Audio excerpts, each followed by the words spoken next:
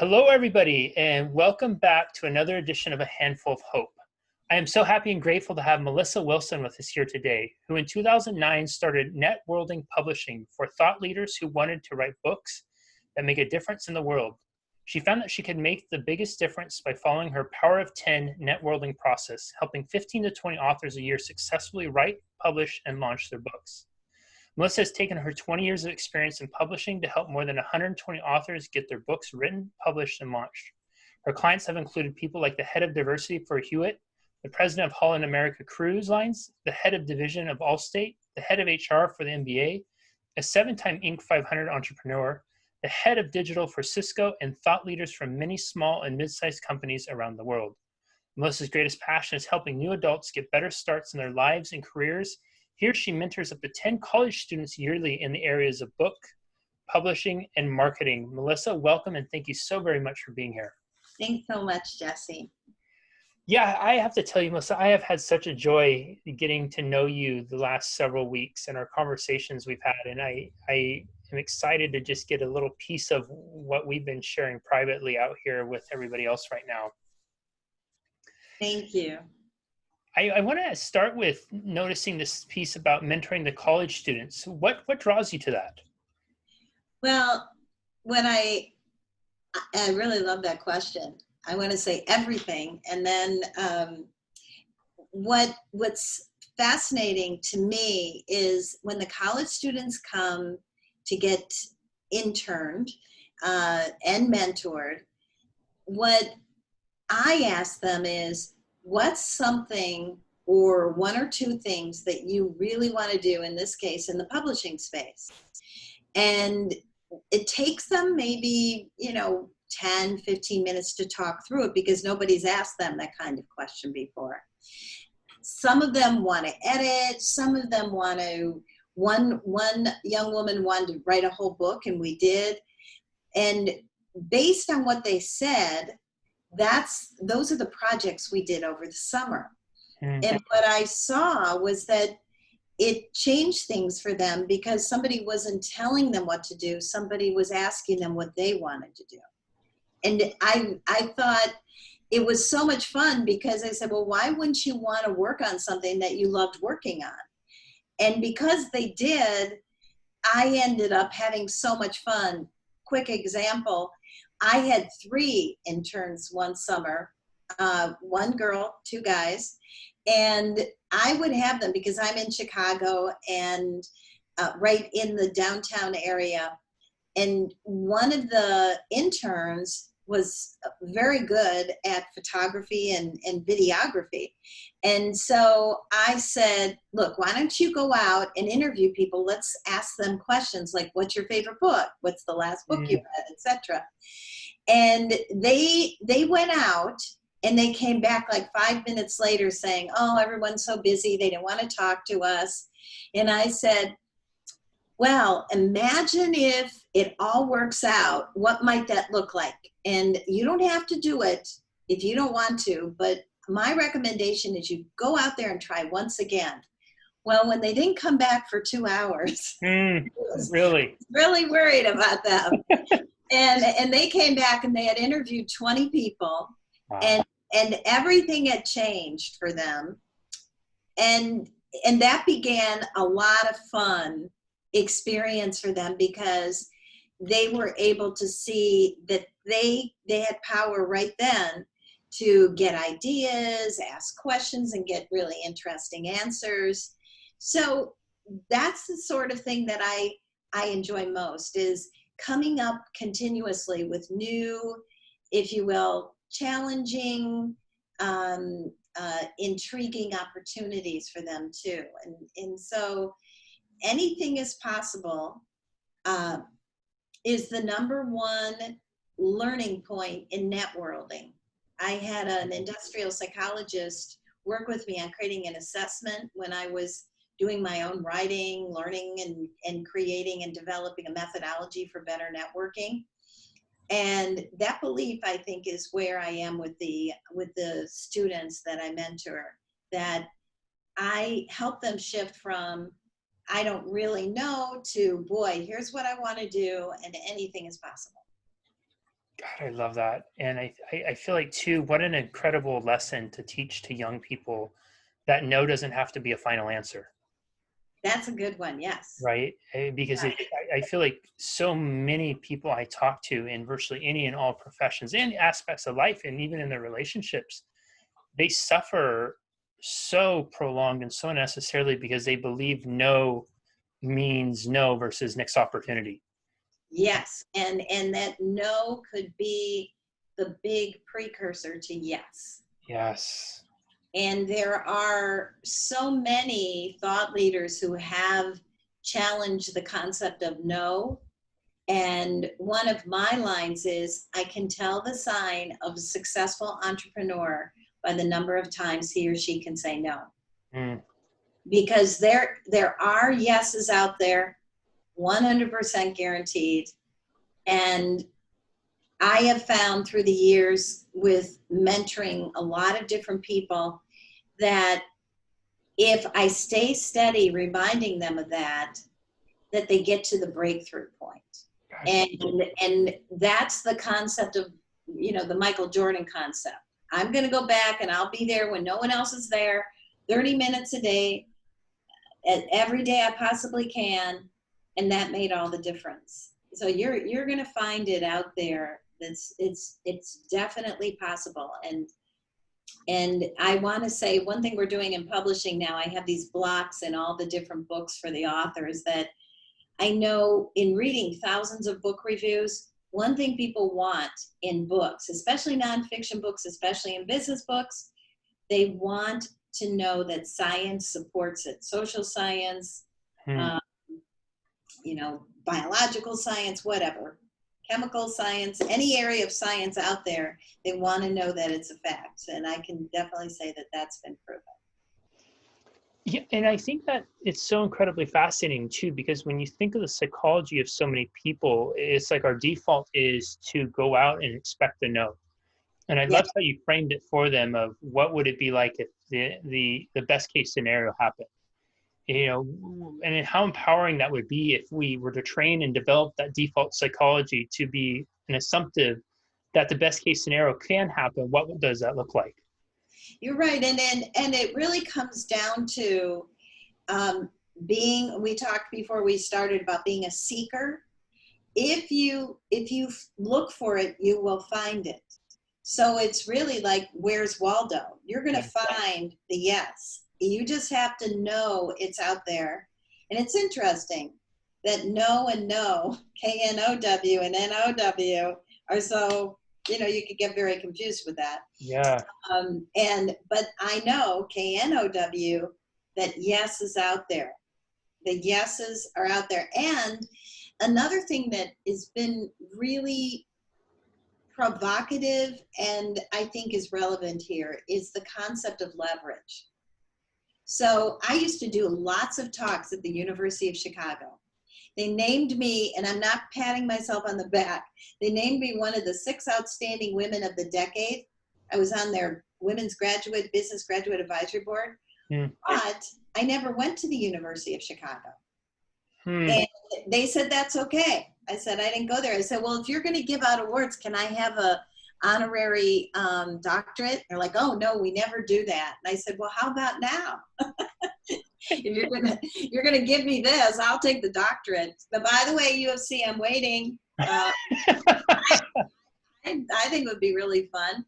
And but the leverage thing is, they love this thing that I presented, that Archimedes, the mathematician, way back when, said, give me a lever long enough and I'll leverage the world. And it's, the fulcrum and then the lever. I look at the lever as this pull stick that flips out. And those are all your combined strengths. And if you have that lever, and then here's this world, I'll leverage the world, here's the world, you can leverage the entire world. And that goes back to what I was saying about the students. I wanted to know, like Marcus Buckingham, first discover your strengths. What are those strengths that can connect to one another? And that's how you gain leverage. You can't gain leverage on your no's, your N-O's. because there's nothing there. It's like leveraging sand. So you've got to have substance, and you've got to have the focus, and any little bit can add up, to the next and the next and the next. I love that. Yeah. I talk with a lot of leaders and entrepreneurs, Melissa, and it amazes me on how common the thread is of almost all or nearly all of them want to write some sort of book or memoir because they have this story inside of them they want to share, and they are terrified to share it. They can't allocate the time. They can't justify, whatever it is in their rationale. Yes. And yet you see that thread run through humanity too, that it's like the biggest goal, but one of the biggest fears after, I think, public speaking and something else is writing a book. But for so many, when they finally do and they honor that story it's inside of them, it's like they tap into this level of bliss that they haven't before, because one, it shows them that they can do this thing that seems so impossibly hard. But even more than that, I think for a lot of them, it gives them permission to be vulnerable in a way that they haven't before. And it's like it allows the curtain to be pulled back and the full unveiling of who they really are, not who you may perceive them as being, but who they really are. This is who I am at my soul level. And I was hoping maybe you might touch on that a little bit with the work you do, because I think it is such an incredible platform you've created, giving people this opportunity to get their stories out and perhaps tap into their bliss. So maybe what does that process look like for people, but what is the bliss piece for everyone? And I really like that question. Again, you have a really good way of presenting questions. And that's what I do as a turnkey book creation expert. I'm like chief cook and bottle washer. It's pulling out those tidbits, like we were talking beforehand, and because I've listened to 120 authors in the last 10 years, and I had 17 of my own books before then, what happens is I hear it and I go, oh yeah, that's it. That's what this author's true north is. This is the thread that runs so true for this author. So you are talking about the phenomenon of, and one author just brought this up to me. He's a top designer, lives across from Central Park. And he said, I use the books I write, he's on his 4th or 5th one, to discover what I'm thinking and what's coming next for me. And so that discovery is very real when we talk about the science side of it, psychologically. So many of us don't realize our brains are neural networks. That's my area of networks. And because they're neural networks, there's so many things that either get blocked or maybe rerouted when you put them out in a book. Because I spent years doing writers' workshops, teaching people how to do outlines, you start to see what you're thinking and get to that point of bliss, because you're combining. My recommendation on a book now for authors is make maybe half the stories about you and half the stories about others. Stories sell, right? If you tell them well. And then also have the science support. So you need the research. When I work with authors, we work on finding all those pieces and pulling them out and developing the stories. And I use what's called the scribe methodology after we've done the research and position the book, so that the goal for you in any book is to have a book that's a complement to others, not to be a duplicate.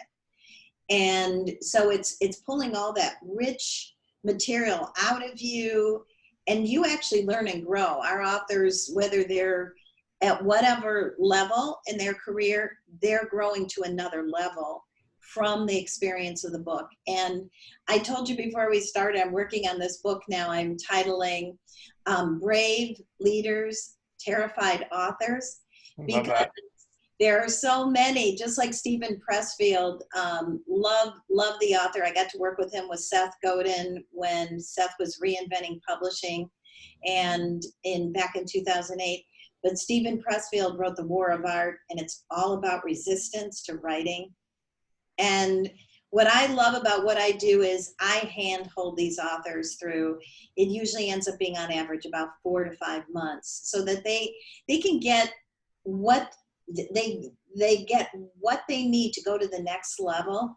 And I have never seen an author that it didn't carry them forward in some way. There's nothing like a book, and there's no question that your book is something that will change your life. I'm really curious, Melissa, with your authors. I imagine that when they go through the process and they have a certain expectation about what the outcome will be for them, what has been is there a thematic, like it's a common, or has it been like a big reveal for someone where there's the most surprising thing that comes out of the process for them? Something that happens or something they experience that they didn't anticipate, but that was really like I don't know, maybe like a bonus for them or whatnot. Yeah, it's so interesting because there's a big jump from writing a chapter. You write a blog post. Writing a chapter is a big thing. Writing 8 to 12 chapters for a book is huge, but it's just the first draft, I always tell them. And then great writing is rewriting and editing.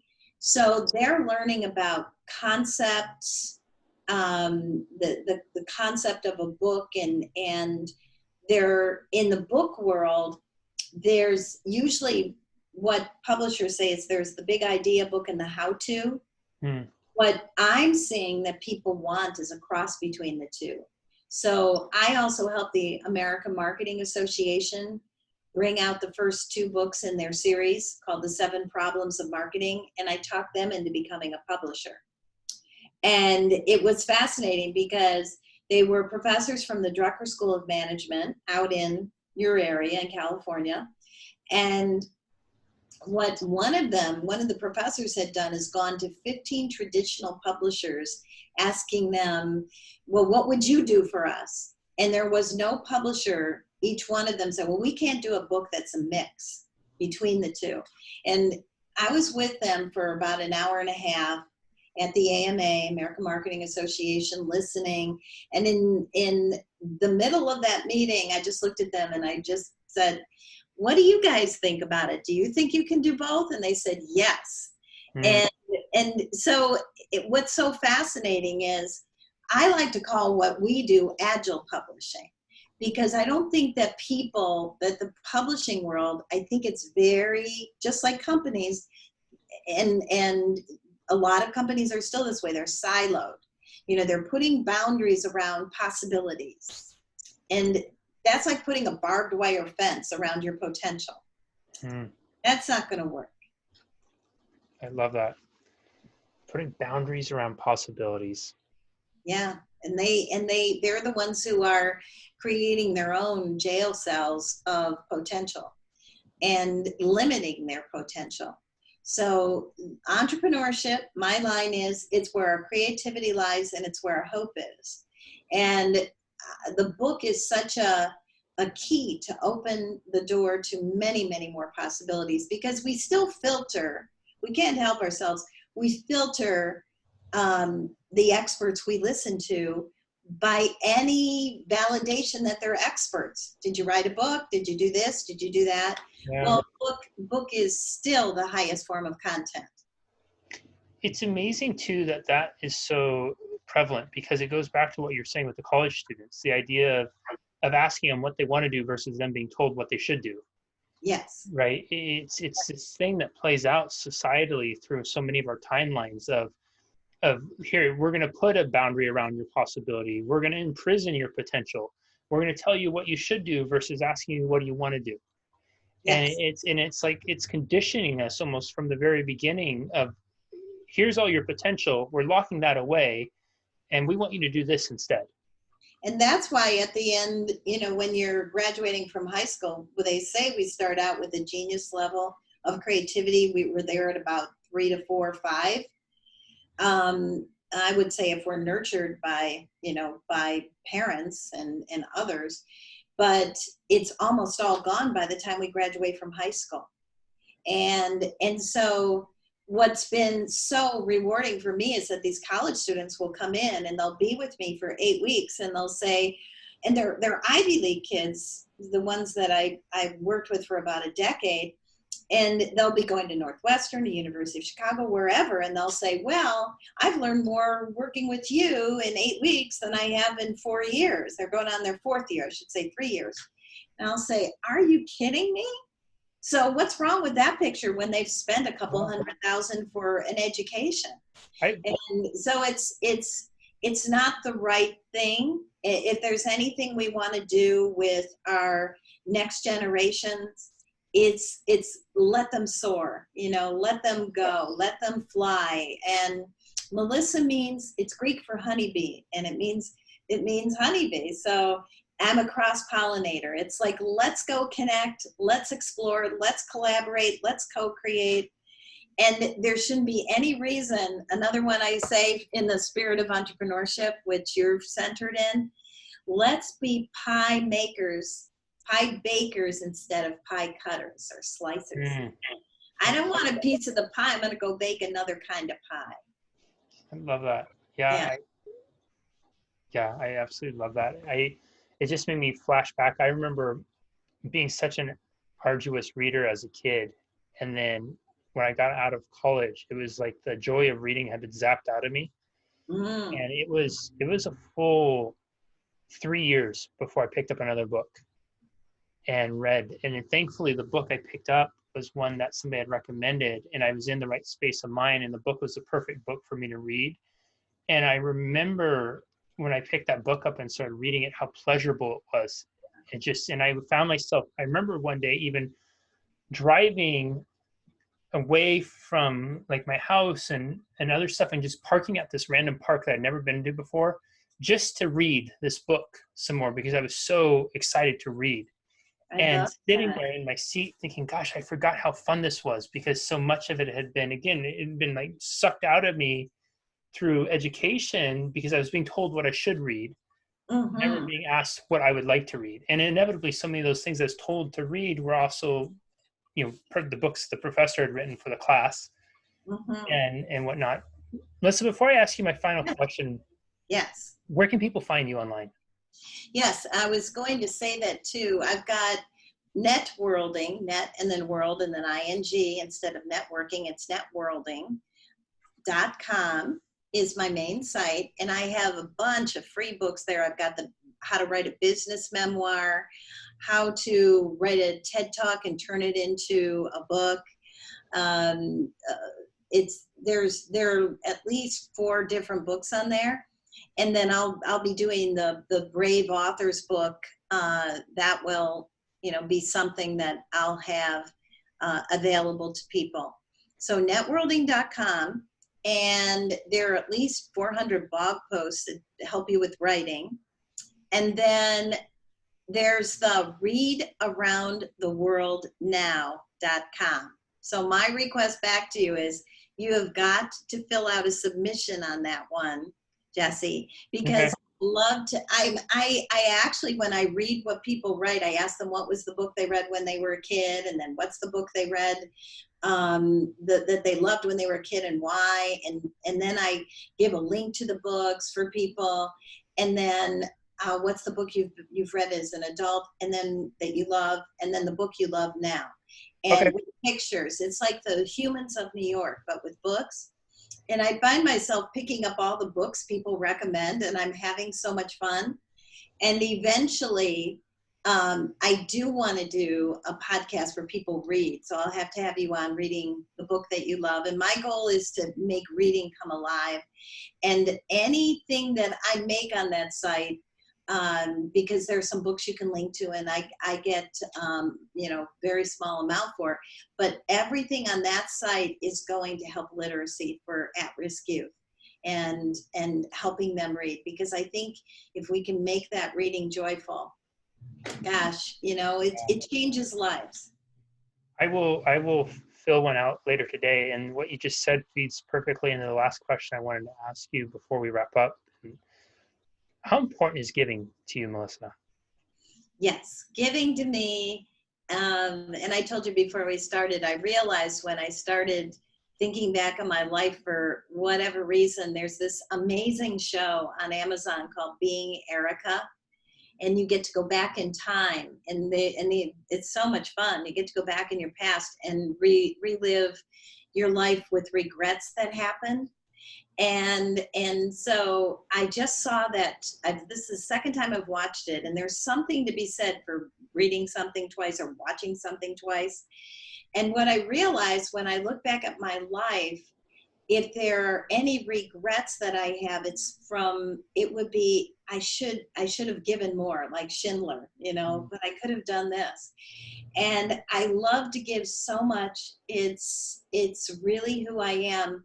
But where I've shifted the most, as I told you, was it's not about the receiver. It's about me and the fun I'm having. And so on 60 Minutes, they had this show about these cab drivers who were given, I think it's called Magellans. They were given with their taxi cabs, and the one that they showcased, the individual, what he had invested should have been $1 million, and it was really like a Ponzi scheme they found. And I thought, gee, if I were Bill Gates, I always say that Bill Gates could be anyone, any billionaires, because I've been working on a novel on billionaires. I would give $62 million to those people in New York, and all those cab drivers that they were part of this scheme and they didn't know it. And it made me feel so good. I started every day thinking of who would I give millions to. Now, it opened up and expanded my view of how much I love giving. And so that's where I'm at now. And you can come back like 2 years from now and see where I put all the millions that are coming in. Yeah. But it's so much fun. And I am shamelessly, happily that person who dreams about how much and where can I get. I love that. And we will definitely do a follow-up in 2 years to see. I'm excited to see that. Everyone, boy, what a joy this has been to share this time with Melissa. Starting from, and it doesn't matter if you're in college or out of college, to ask yourself the question, what would you love to do? I think there is no better time than right now to start asking yourself that question and make that question part of your daily ask. The idea of anticipating a yes versus anticipating the no, and not only anticipating the yes, but giving yourself permission to wonder, what could that best case scenario look like for you? If you're getting ready to submit a massive proposal, if you're trying to get into the C-suite, if you're looking to get a film script option, whatever that might be for you. Maybe you're just trying to get a raise in your career or expand or ask the person out that you've had a secret crush on for a while. What could that best case scenario look like, and operate from that kind of assumption? I love the stories of the authors going through and being able to uncover and let their story be out, and how that can tie into a piece of their bliss and what that looks like for them, and how they begin to show up in the world, and who they can become afterwards, as well as the idea of giving. What I appreciate about what Melissa just shared too in regards to giving is giving doesn't have to just be something that you're doing right now. It can also be something that you focus on and you meditate on in the future.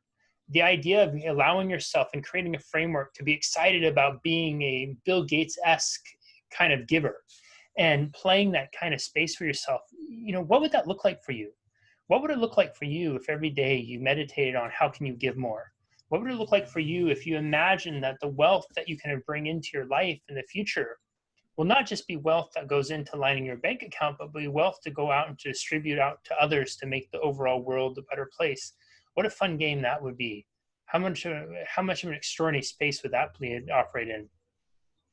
I think what Melissa really, so much of what she boiled down to today and she shared with us is about how important it is to dream. How important it is to dream, how important it is to give yourself permission to expand on the possibilities, to not put your possibilities in barriers and not imprison your possibilities, but to really give them an open field of opportunity, to nurture them, to water them, to share them, and to expand on them, to not allow your talent to be locked down by limitations, but instead to just allow it to continue to expand and flourish. each of you watching, each of you listening has magic inside of you, whether it's a story to share in a book, whether it's something more to offer the world vocationally, relationally, and just being the best version of who you are and who you can be tomorrow. What would it look like for you if the barriers were taken down on your possibilities? What would it look like for you if you unshackled yourself from the perception of limitations and instead allowed the best version of you to be set free onto the world? Gosh, what could the world look like for all of us? I don't know about you, but that's definitely a world that I'm excited to live in and be a part in. Melissa, this has been absolutely incredible. Thank you so very much for being here and sharing your absolute magic with us. Thank you. Thank you. It's a pleasure. Absolutely. We will see you next time, everyone, on another edition of A Handful of Hope. Bye-bye. Bye.